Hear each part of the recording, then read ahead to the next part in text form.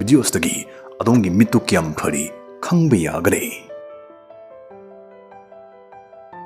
Aikhoi loina mit phaba pami aduba haujikan gi punsi mahingnasna mit chokpa migi masingdi akiba phangna wangle. Adom so angang macha machana anok atha thaba uppa toina ubirammane. Anyway, adom so dongi mittu kayam fari kayam mekshang uri haiba masigi videosdagi haifetang khangdokpiyu. Aina domda lowlang chanbadugumba wahang 18 hangjarakani masna dom kya chumna pakhum piba ngami yengbiyu. Achumba pakhum amagi point amani adom puna point kya phangba ngambagi masing thizinbiyu. Video asigi aroiba sarukta adomna phangliba point adugi chanaba result soidana haijarakani. Adre koi hekta hujilase. Sigi unasing sigi marakta mayamga manadab ama yawi karambano.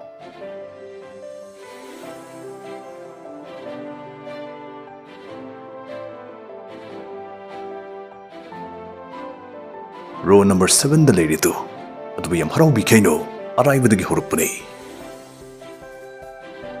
Sidagi tilhoni si machu chap manabra or amana machu si kharehna yakshinbra.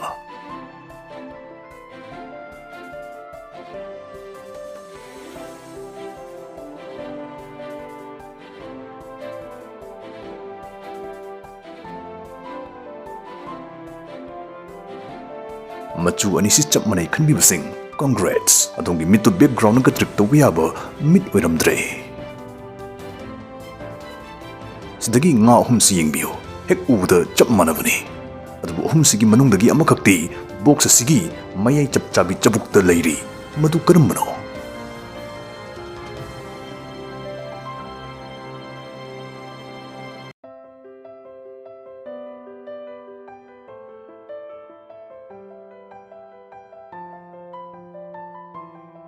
Sisunate ahum subugisani. Sigi tunghanbi mayam sigi maraktagi amakakti mayamga mayon manadana oli madu karambano.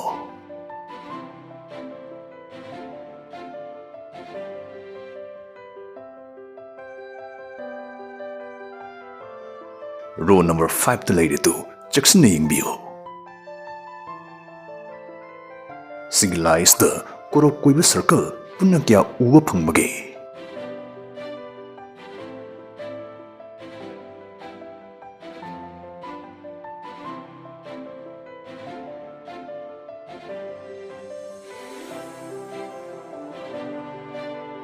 One, 2, 3, 4, 5, 6 punna tarukni lotlammisi. Sigi lafoi jura mayam sigi maraktagi jura amakakti mayam nigi machu si tit launa tongali karamba jurano u phangbre yengbiyu.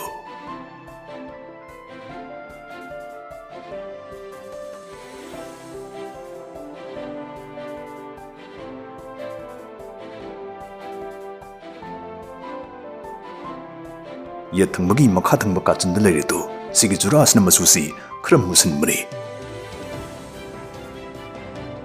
Asngarang di crash game sanaraga phone anbam leirehe tu masi irai laiba yamsu interesting oiba game ne madudi 1x bill loire sida tawduisi pensi pukhai khitringi di sagi winnings phat lahu wi wane aduga sidine ekoi sana pamba amount ma hekta sanagi yai kuina ngai likhai mana chawbu di heli. Oh yes, aidi amukasu thoire thakibe amount double the thoire thurpa selsi paytm bank tagi lakthoni sida dei topa game sing su yauri under and over dice head and tail asne sing si sanaraga daw yarga de dom BMW car iPhone laptops gas price makal mathel mana sing phangbi hali registration tawdagi promo code sisinaraga de dom ₹130,000 amadi 150 free spins phangre link comment da hapchar mage apama sing laibak ingbiyo. Sigi haijam pin mayam sigi marakta mayam ga size manadaba ma yauri karambano.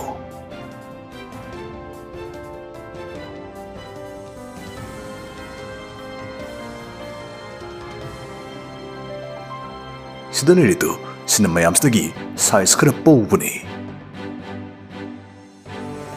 Sidamun yengbiyo karamba masing uba phangbage.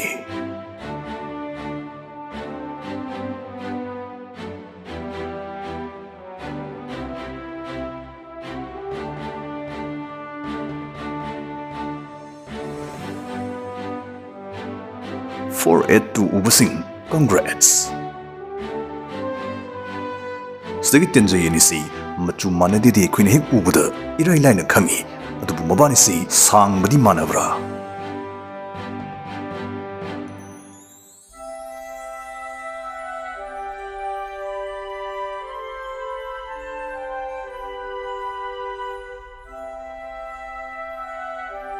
Yes, tenjai ani si sangba chap manai. Stagi mayam ga manadabasi karambano.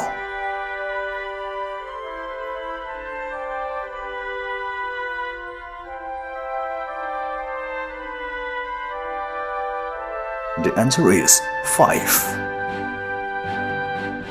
Stagi mayam ga manadabasi karambano.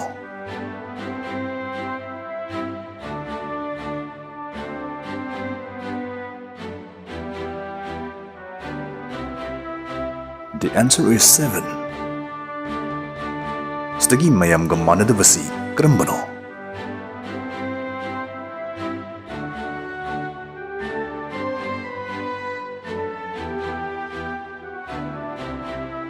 The answer is 9. Stagi mayam ga manadabasi karambano.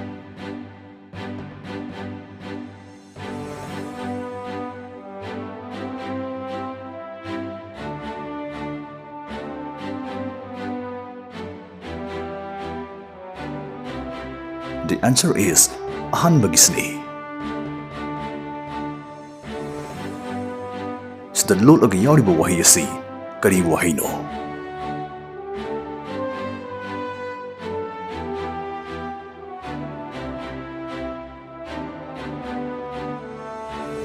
The answer is earth. Siglais ta punna tenjai kya uba phangbage.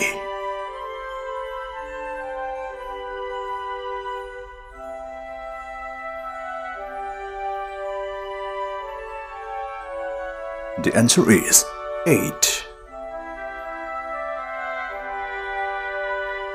Siglais ta punna star kya uba phangi.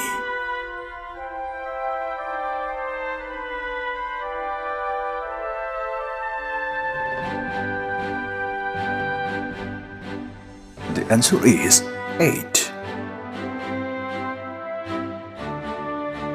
Sida lol ag lady number asi karino.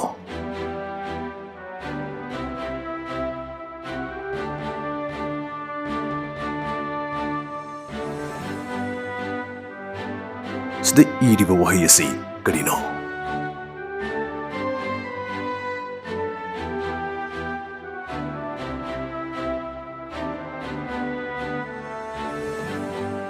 The answer is post. Siglais ta punna pentagon kya uba phangi.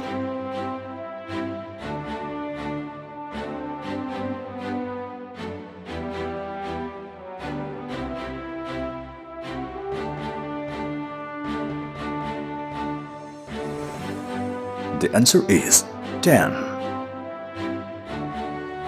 Adom point kya phangba ngambage 15 dagi 19 faugi marakta fangbasing mit yam phari makoina first tare 10 dai 15 faugi marakta fangbasing screen time khara hanthabiyu mit ki exercise ka khara tobiyu makoina second tare aduga 7 gi makhada fangbasing hana anu uptribu ragadi upna batawsi doctor chatpiyu